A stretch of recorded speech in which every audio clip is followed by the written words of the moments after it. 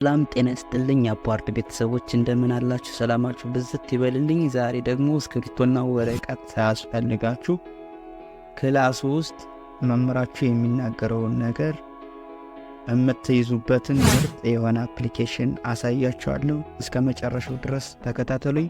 መጀመሪያ ወደ ፕላይ ስቶር ትገባላችሁ። ከዛ አውተር ብላችሁ ትጽፋላችሁ። ሰርች ታረጋላችሁ። ይህ አፕሊኬሽን ይመጣልናል። አውተር ትራንስክራይብ ቮይስ ኖትስ የሚል ይመጣላችኋል። ዳውንሎድ አድርጋችሁ ኢንስታል ታረጉታላችሁ። ከዛ ኦፕን ትሉታላችሁ። በዚህ መልኩ ይከፈትላችኋል ማለት ነው። ከእናንተ የሚጠበቅባችሁ መምህሩ በሚያስተምርበት ጊዜ እችን የሪካርደር ምልክት መንካት ነው ማለት ነው። ለምሳሌ እኔ አንድ ምሳሌ ሰጣችኋለሁ። ዲፈረንስ ቢትዊን ኤነርጂ እና ፎርስ ምንድነው ብዬ በመናገርበት ጊዜ እንዴት ኖት እንደሚይዝ እናያለን ማለት ነው።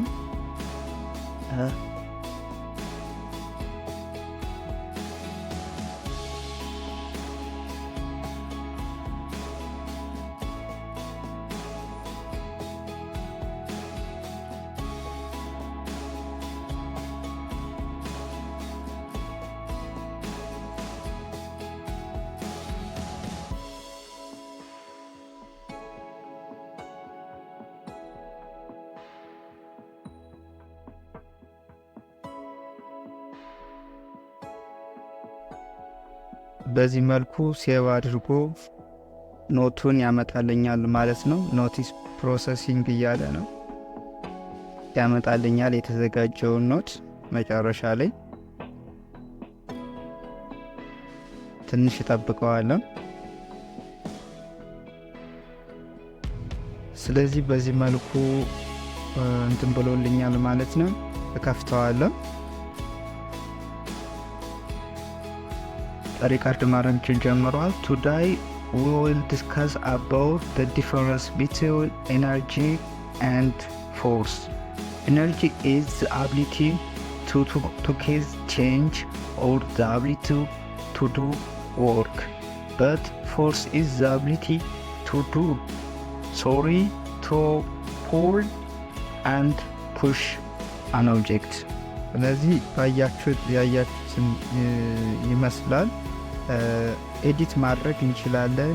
ለምሳሌ አንዳንድ እንግሊዘኛ ስህተት ምናምን ሲኖር ኤዲት ማድረግ እንችላለን። ከዚህ ጋር ኤዲት እንደምታዩት እንዳያችሁት ነው ማለት ነው። በጣም እጅግ ጠቃሚ የሆነ አፕሊኬሽን ነው። ይህንን ኤክስፖርት ማድረግ ትችላላችሁ።